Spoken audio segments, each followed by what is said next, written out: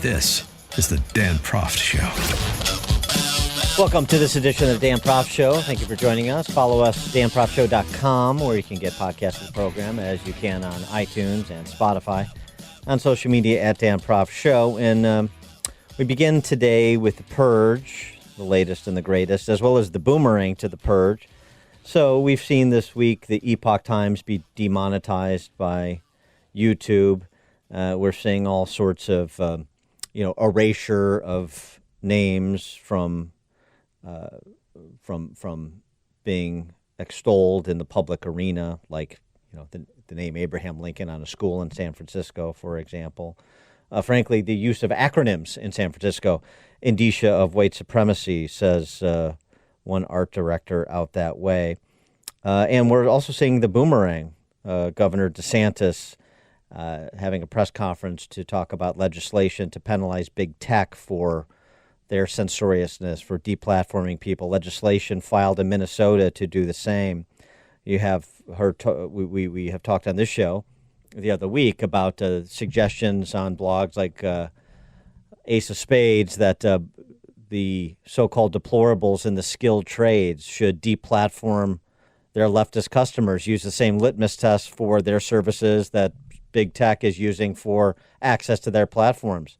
You want your toilet fixed? You call a plumber, and the plumber says, "Who'd you vote for?" The landscaper comes over and he sees a "hate has no home" sign in the yard. Sorry, don't serve you. Do we really want to go that direction? We started this conversation with Rabbi Dov Fisher in part yesterday. We continue it today with Gad Saad. He is the professor of marketing at Concordia University in Montreal. He's former holder of the Concordia University Research Chair in Evolutionary Behavioral Sciences and Darwinian Consumption. He's the author of The Parasitic Mind, How Infectious Ideas Are Killing Common Sense, and the host of the Saad Truth. See what he did there? Gad, thanks for joining us again. Appreciate it. Oh, good to be with you again, Dan. Thanks. So you wrote an interesting piece recently about the cultural conflict in the United States, and you compared it to a particular civil war, not just the prospect of civil war in this country, and often the comparisons between North and South, although it won't be regional as much as ideological perhaps this time around. You compare it to the sort of the tribal civil war of Lebanon. Indeed. So for your viewers or listeners who may not know this, my family and I escaped the brutality of the Lebanese civil war in the mid-'70s. We were part of the last remaining Jewish community in Lebanon, and it became untenable to be Jewish in the Middle East. Now, Lebanon, even though it has always been referred to as, the Paris of the Middle East and the most progressive of the Middle Eastern countries, it was still completely organized along tribal lines. So even within the constitution of Lebanon, the person who's going to be prime minister has to be of a certain religion. The person who's going to be president has to be of another religion. The number of seats you get in parliament depends on your religion, and it's viewed as completely normal. The DNA of the society is viewed through the lenses of which tribe you belong to, in this case, which religious tribe you belong to. So the end result of tribal thinking, and hence in the current instantiation, identity politics, is what happened to Lebanon. Now, when I warn people about the dangers of going into identity politics, I don't mean that there's going to be a civil war, in Tacoma, Washington tomorrow morning. But give it enough time, 50 years, 100 years, 150 years, then history is very clear. You will have a complete disintegration of society. Well, and the comparison is perhaps more apt than people want to admit, because in lieu of actual religious differences, religious tribes, as is the case in Lebanon, we have political tribes who essentially treat their ideology in religious terms. So, I mean, if they decide that identitarianism is their religion, then that's no different than, and versus those who believe in, content of character, for example, then that becomes similar in terms of the nature of the conflict between the Sunnis and the Shias or anybody else, two belief systems in conflict. Exactly right. I'm glad you brought up the Sunni versus Shia, right? They're both Muslim, and yet look what happened in Iraq, right? So the human capacity to engage in coalitional thinking is endless. It really is part of our DNA to view the world as red team, blue team, us versus them. The problem comes where the metric of assortment in terms of whether you're a blue team or red team, whether it is based on foundational metrics that are consistent with, liberal secular societies. And when I say secular, I don't mean I'm anti-religion. I just mean exactly what it says, secular, right? Enlightened society. So, for example, I could have a lot more in common with a Muslim who is very enlightened in his thinking than an Orthodox Jew who may not be holding views that are consistent with what Canada espouses to be. I reside in Canada. So, in other words, my commitment to foundational values for well-functioning societies supersedes my religious identity, notwithstanding the personal history that I have. I may be more complicitous with a Muslim than I am with a Jew. And so this is what I mean when I say people should belong to the tribe of truth rather than to artificial tribes. Pursue science, pursue reason, pursue logic, pursue values that enrich people in a truly liberal. When I say truly liberal, I mean classical liberalism in that sense, rather than all of these, grotesque tribal identity politics that we're seeing today. It's really disheartening for someone like me to see what the U.S. is sinking into. Well, why does it necessarily trend towards civil dispute among tribes, perhaps violence, as opposed as opposed to going in another direction, which is going in the direction of a totalitarian society, where you have sort of the institutions controlled by people who share the same ideology all fold into the state, which those same people have control of, and they just go the way of the Soviet bloc. I'm thinking of the Green Grocer. I'm thinking of Václav Havel's Green Grocer, who puts up the sign that says "Workers of the World Unite," not because he believes it, but because he's willingly participating in the facade to conceal himself from the fact that he is an obedient sentinel of the state, at the same time concealing the, as Havel would say, the low foundations of the state's power over him. So everybody participates in this facade, and one is subjugated by the other. Why couldn't it go that way? I mean, I suppose it can, but even that trajectory would not be a very pleasant one. Right? No, clearly, yeah. Right. I mean, look, the U.S. is founded, as most of your listeners would know, on a key motto, right? A pluribus unum, out of many, one. What do we mean by this? We mean it doesn't matter what your color is. It doesn't matter how fat or thin you are. It doesn't matter if you're purple or green or blue or white. Or as long as you adhere to certain foundational values that allow us to live in a common space and a shared experience, then you're welcome in, my brother. So you can't ultimately have a society that is founded on an ethos of constant tribalization. It just can't work, right? I mean, it's basically like arguing, I want to jump off a roof, and maybe this time gravity won't work. Maybe I'll be able to float. Well, jump off a roof 100 times, and the same outcome will happen 100 times. This history has found that if you have repeated balkanization, you will end up with downstream consequences that are not pleasant. And again, people have very myopic view of time. So they think, but surely you're not saying there's going to be civil war like in Lebanon by next Tuesday. No, I don't mean by next Tuesday.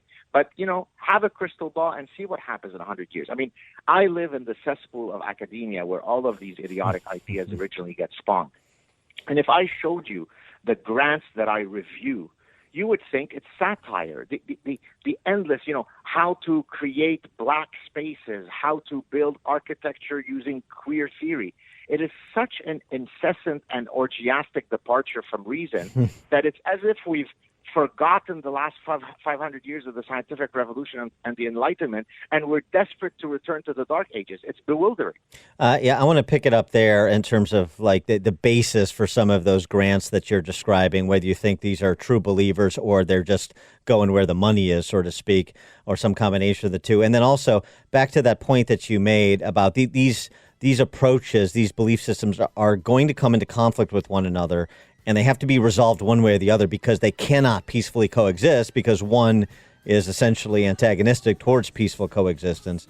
More with Gad Saad, professor of marketing at Concordia University in Montreal, also the author of The Parasitic Mind, How Infectious Ideas Are Killing Common Sense, and host of the Proft at Concordia University in Montreal, former holder of the Concordia University Research Chair in Evolutionary Behavioral Sciences and Darwinian Consumption, author of The Parasitic Mind, How Infectious Ideas Are Killing Common Sense, and he's also the host of The Saad Truth.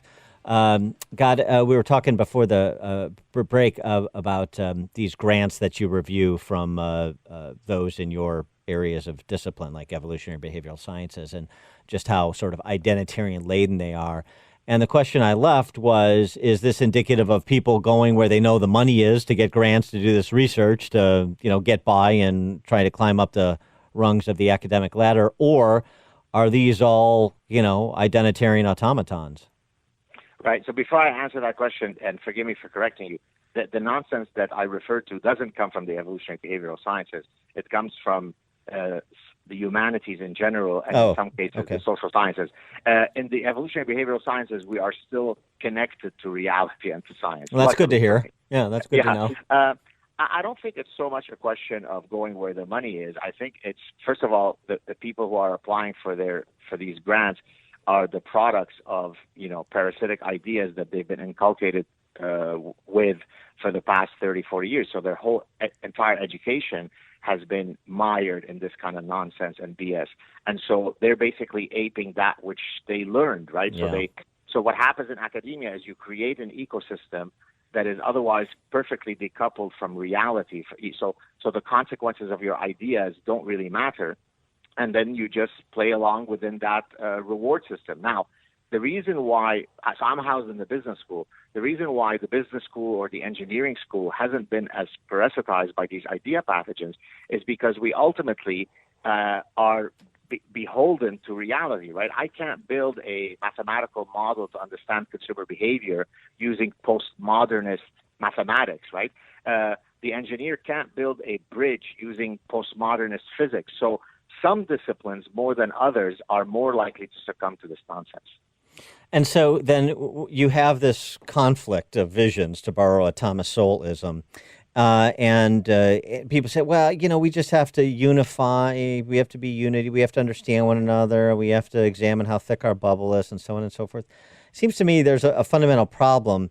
You have the perspective of the Islamo-fascist from those who are supportive of reimagining our First Amendment rights, meaning constricting them, and otherwise imposing an orthodoxy, whether they're in a C-suite at a big tech company or they're part of the squad in the House Democrat Socialist Caucus.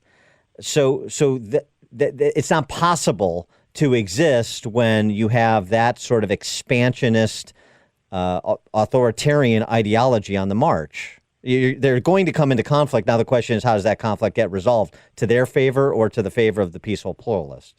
You're exactly right. So let me give you two concrete examples for your listeners. You often have folks who belong to a group called Queers for Palestine walking around, signaling how virtuous they are, right? So if you are a person who is part of the LGBTQ community, do you think it is better for you to flourish in Tel Aviv or in the Gaza Strip? And yet they are queers for Palestine, to use their term. So imagine how fractured their minds must be to be able to hold that position, right? They're not queers for Tel Aviv, which is one of the hotbeds of a flourishing liberal gay community. They are queers for the Gaza Strip and for Palestine. So that's one example. The other example is the battle that we see between progressives who are avowed feminists and the transgender activists, right? Yeah. So J.K. Rowling went from being an icon of progressivism to being indistinguishable from Himmler because she said, wait a minute, what do you mean that people menstruate? I thought there was a term for that. It was called women. For her saying that, right, she became, literally, as I said, indistinguishable from the head of the Nazi party. So you're exactly right. The problem is the end result of all of these movements is an orgiastic self-cannibalism, right? The proverbial snake that ends up eating its tail. Eventually, they're going to collide, and then you sit back with your popcorn and watch the show. There's a study that came out recently from a couple of Stanford academics trying to answer the question, why are narcissists so successful in organizational politics? How do these narcissistic leaders who have numerous negative traits wind up in charge of the entities they lead? Why are they so good at attaining leadership positions? And they suggest that those who are higher in narcissism more likely than those who are lower to see organizations in political terms, in terms of political opportunities, more willing to engage in organizational politics, more skilled political actors. So they have the opportunity through politics, they have the motive, and they have the means.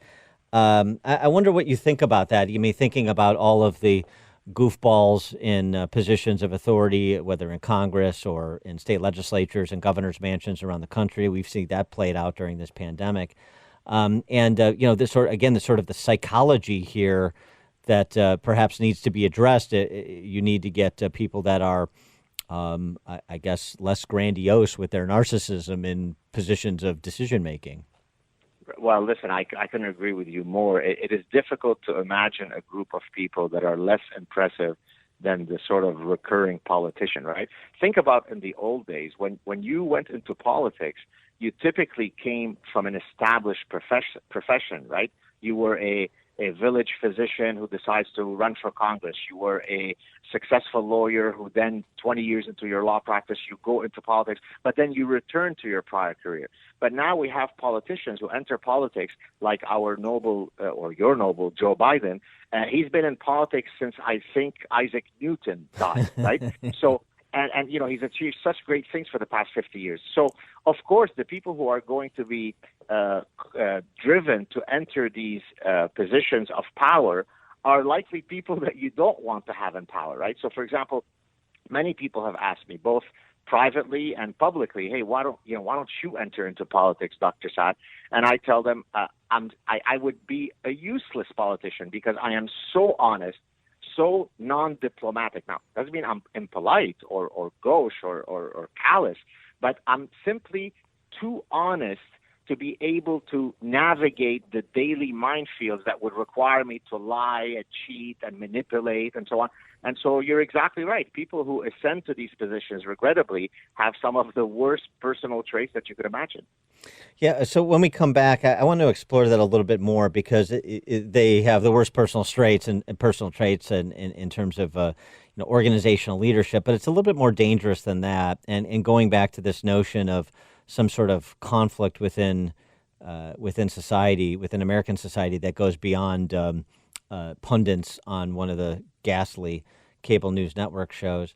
The treatment of, and sort of perhaps the new iteration. Fixers and takers. He's Dan Proft, and this is the Dan Proft Show.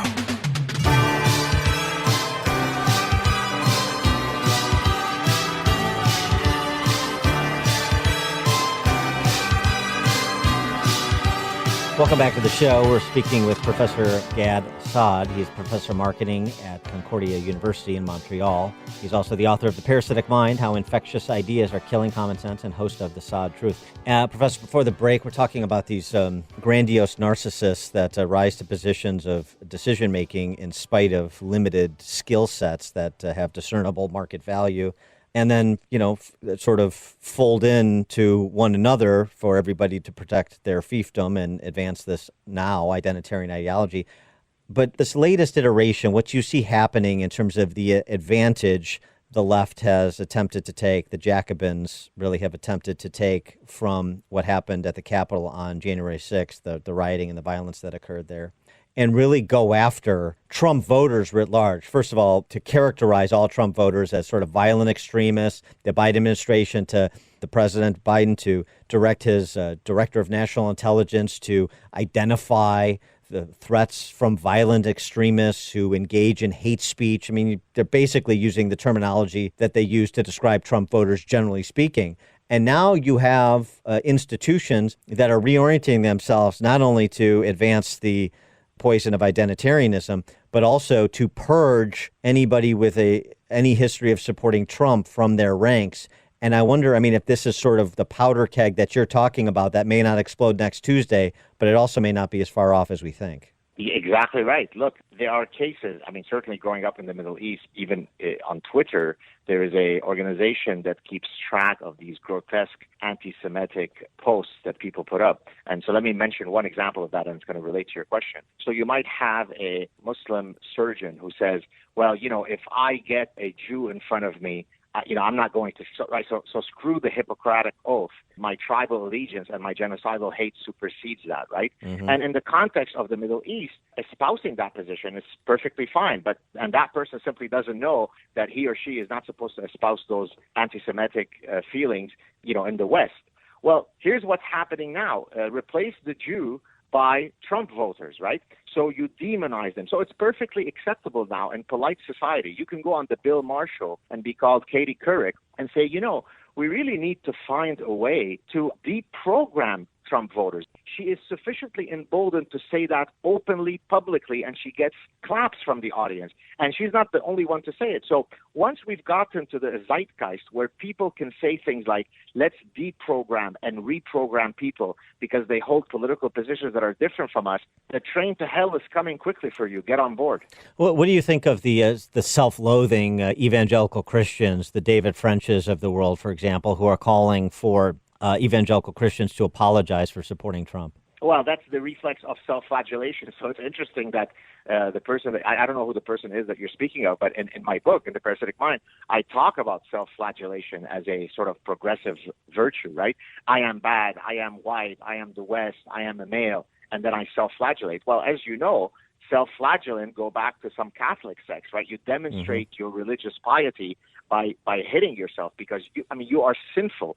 And so imagine where now we have a language that basically says that, self-flagellate because you suffer from an original sin called you are a white male and so on. It's grotesque. So this is why in chapter 8 I talk about activate your inner honey badger.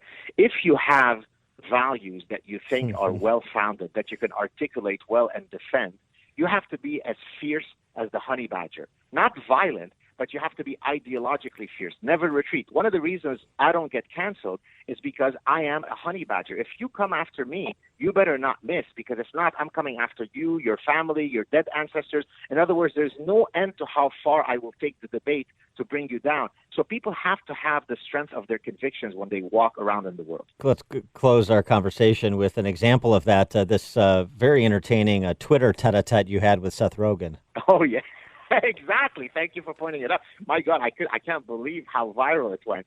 For the listeners who don't know this, Seth Rogen came on and attacked me for having put up a clip that he said was stupid, and because I was talking about the virtue signaling of the elite ruling class, and he said, and so he was kind of defending why he is a socialist and so on.